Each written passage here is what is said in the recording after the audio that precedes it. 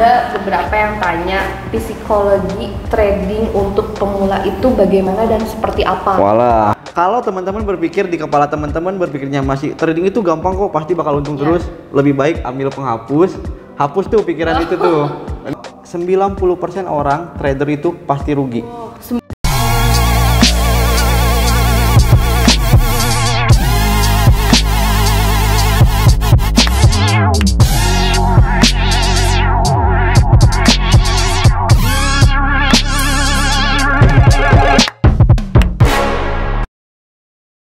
Halo sahabat trader dimanapun berada, welcome back to my channel. Kembali lagi bersama saya Denny Dolar. Enjoy your trade, eat, sleep, and trade. Oke, pada tema kali ini, bukan tema ya, pada hari ini saya ditemani seperti biasa oleh trader cantik, yaitu kenalan dulu, Mbak Elsa.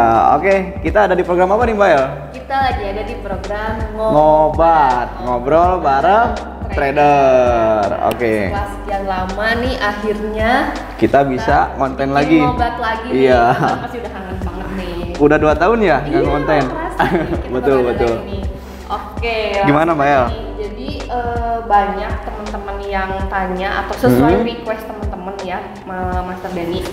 Katanya ada beberapa yang tanya psikologi trading untuk pemula itu bagaimana dan seperti apa. Walah, berarti. Karena kebanyakan ya untuk sekarang ini banyak trader-trader yang udah lama trading, tapi masih belum bisa merasakan profit konsisten. Terus udah lama trading tapi masih suka MC, loss karena emosi apa itu sebagainya. Nah, jadi teman-teman semua tuh minta saran nih ke Master Denny, bagaimana sih psikologi trading untuk pemula yang benar tuh seperti apa gitu loh. Oke, ini pertanyaan yang bagus ya. Saya akan jawab beberapa pertanyaan dari teman-teman yang kita rangkum ya Mbak Elsa mengenai psikologi trading bagi pemula.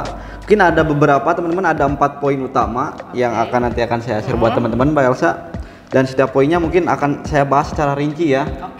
Oke, sekarang gini teman-teman nggak berpikir bahwa trading itu pasti untung nggak? Mungkin ada yang berpikir seperti itu, trading pasti untung. Pasti untung, ya mikirnya untung terus. Iya benar.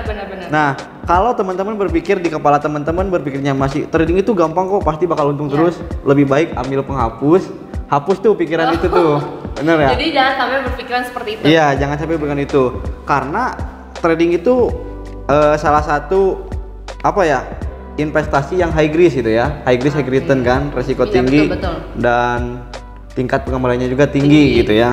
Nah, aspek yang pertama untuk psikologi trading itu, yang pertama poin pertama ya, kita harus sadar akan adanya potensi kerugian.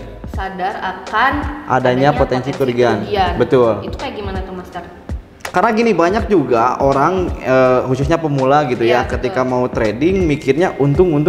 Iya. Nggak mikir resikonya. Nggak mikir resiko, yang penting gue untung. Nah, ketika teman-teman nggak mikirin resiko, ujung-ujungnya pasti bakal loss. Tapi ketika kita mikirin resiko lebih awal, sadar akan resiko, pasti kita akan meminimalisir. Betul kan? Betul. Meminimalisir resikonya, supaya kita nggak akan loss, nggak akan jebol gitu uang kita. Jadi berpikirnya lebih aware untuk ke resikonya. Ya? Jangan dulu mikirin untung. Gitu. Betul. Itu psikologi yang pertama, bahwa trading itu pasti sadar akan kerugian. Karena gini teman-teman, berdasarkan penelitian nih Mbak El, berdasarkan penelitian dari penelitian dari Prancis, AMF kalau nggak salah.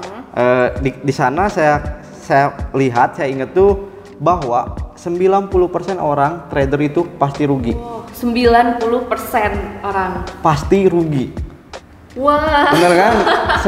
Cuma 10 orang yang berhasil loh teman-teman. Cuma 10% orang yang berhasil. Nah, sekarang tuh gimana caranya teman-teman bergaul dengan 10 orang tadi itu. Cari circle-nya, entah itu di mana, salah satunya dari Trade Indo. Itu poin yang pertama Mbak El. Oke, dan yang poin yang kedua ya teman-teman, Mbak El, jangan berharap bisa kaya dengan modal recehan. Karena hampir banyak banget ya, khususnya trader pemula, coba-coba trading dengan modal receh dan pengen berharap bahwa trading itu bisa kaya dengan modal kecil. Ya, itu banyak banget, itu sering banget. Padahal sebetulnya nggak kayak gitu ya. Nggak kayak gitu. Konsepnya nggak kayak. Konsepnya kayak gitu. Itu salah satu psikologi tadi yang salah, teman-teman. Nah, kebanyakan kayak gitu, ujung-ujungnya wah saya rugi nih di trading, habis dan merasa ketipu. Padahal bukan market yang salah gitu ya. Padahal dianya aja yang salah dengan modal kecil. Jadi bukan berarti modal kecil itu kita akan kaya dari situ ya. Karena ya di bisnis manapun kalau mau penghasilannya lebih besar, modalnya juga lebih besar. Gitu. Karena ada trader dunia, Gege Seros. Ya. Dia teman-teman sebulan aja itu profitnya 5%. Sebulan 5%. Modalnya tak terbatas. Tapi sebulan 5%. Modalnya tapi besar. Besar. Tuh. Ambil kita belajar dari sana aja. Dia modalnya tak terbatas, profitnya dikecil. Jangan kita kebalik gitu ya. Mindset kita kebalik, modalnya dikecilin pengen profit besar, nggak ada tuh ceritanya. Itu nggak mungkin ya, yang ada sehari habis. Yang ada sehari habis.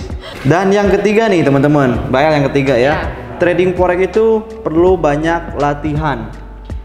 Perlu banyak latihan. Kadang kan trader yang udah jago, yang udah profesional itu latihannya pun banyak gitu. Mbak El pernah ini nggak? Pernah suka nonton film nggak teman-teman? Iya. Nonton film superhero? Iya. Yang berantem gitu. Itu pasti di awal-awal film mereka latihan. Latihan dulu kan sebelum berperang. Nah, sama ketika mau trading perbanyak latihan. Karena ketika kita nggak berlatih, kita terjun berperang dengan market, nggak tahu apa-apa, kalah kita. Kalah bener ya. Jadi yang sekelas profesional aja tuh masih latihan. Apalagi kita gitu yang pemula itu wajib banget. Wajib banget latihan. Itu poin yang ketiga. Tapi di dalam poin ketiga ini banyak juga salah satu aspeknya teman-teman. Dari latihan itu yang pertama teman-teman bisa latihan di akun demo. Ya, betul, itu ada akun demo. Kemudian teman-teman riset trading system. Kalau mau enak, tradingnya pakai trading system. Sebetulnya ya, terarah ya. Iya. Nah, dilatih terus tuh trading system tuh, latih terus. Kalau nggak punya trading system, ikut trading system punya orang. Misal saya punya trading system. Kalau saya kan suka di publik nih, yang mau silakan ikutin. Betul. Gratis loh. Saya nggak pernah bayar, harus bayar sekian, enggak. Padahal itu saya risetnya bertahun-tahun, berbulan-bulan. Kalau dijual tuh harusnya mahal banget. Harusnya mahal banget. Itu tuh ide, tahu nggak? Itu tuh ide, konsep, cara nyari duit gitu ya. Bener. Tapi ini dikasih cuma-cuma.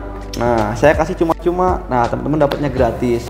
Itu sih teman-teman, banyak-banyak latihan. Itu poin yang ketiga. Poin keempat teman-teman, jaga mental secara berkelanjutan, Mbak El. Itu gimana tuh maksudnya? Karena mental itu penting banget ketika trading. Iya, betul. Kalau mental kita jelek, misalkan trading pun nggak akan bener.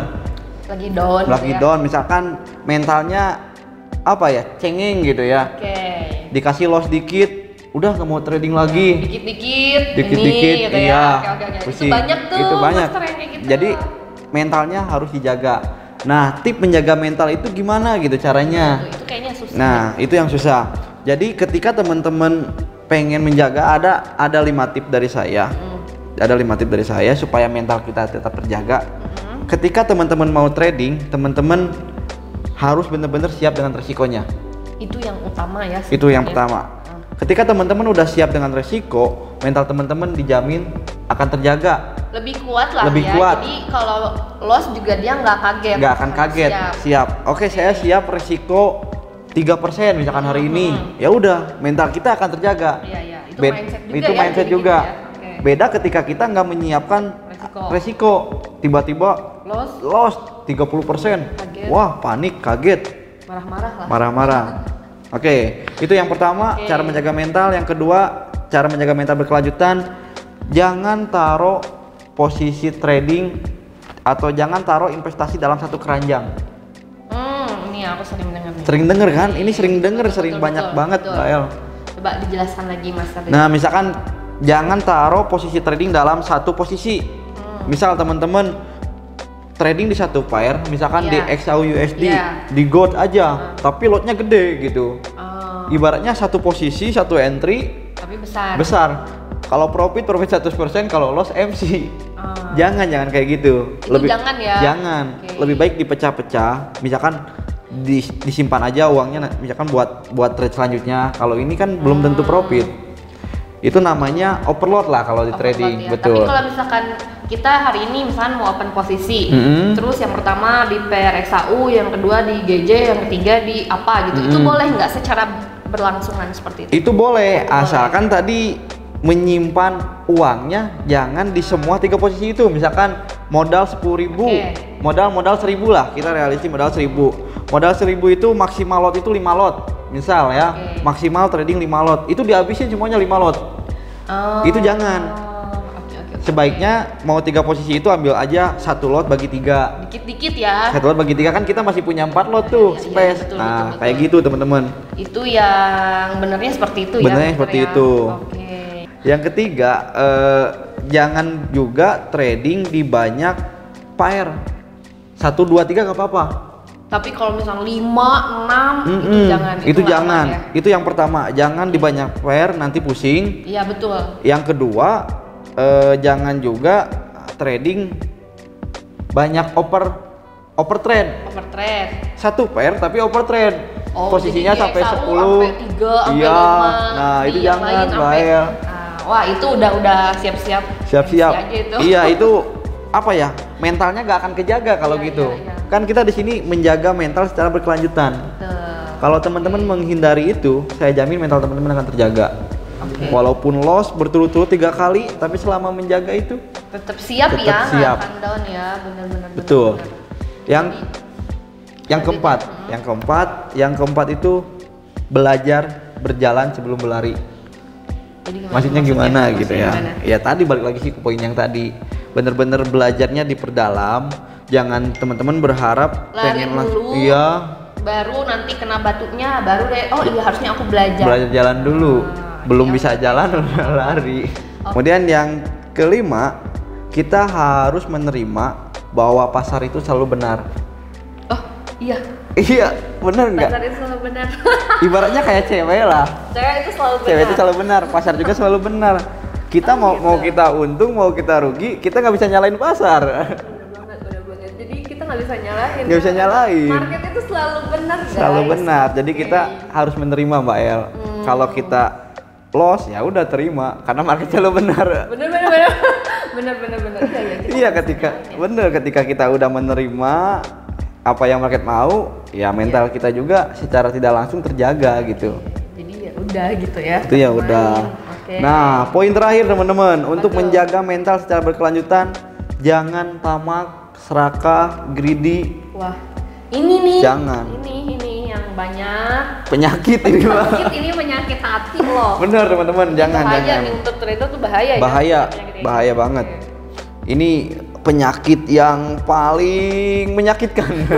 Ini kayaknya paling sering terjadi. Jadi misalkan kalau teman-teman trading, misalkan udah cukup target harian 1%, ya udah tutup gitu. Close, jangan trading lagi. Kadang tuh orang susah loh master, jadi dia udah dapat hari ini 1%, mungkin yang kedua kali aku akan dapat lagi. Ternyata habis. Nah, itu salah ya. Salah. Jadi targetkan hariannya berapa, kalau udah sesuai. Kalau udah dapat ya udah, mau itu profit ataupun loss. Iya, betul. Udah tutup gitu. Tutup. Oke, yaudah Mbak El ya.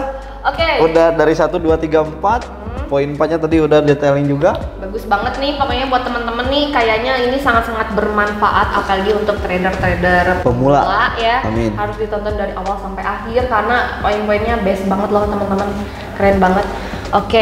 Itu aja berarti ya Mbak El. Next kita akan ada ngobat lagi yang lebih seru. Mungkin teman-teman yang mau request tema yang akan kita bahas boleh nanti di komen di YouTube-nya ya. Oke, tapi sebelumnya jangan lupa like, share, subscribe, and comment ya. Betul. Oke, itu aja teman-teman. Sampai ketemu lagi di next video. Saya Denny Dolar. Saya Mila Elsa. Izin pamit dan salam profit.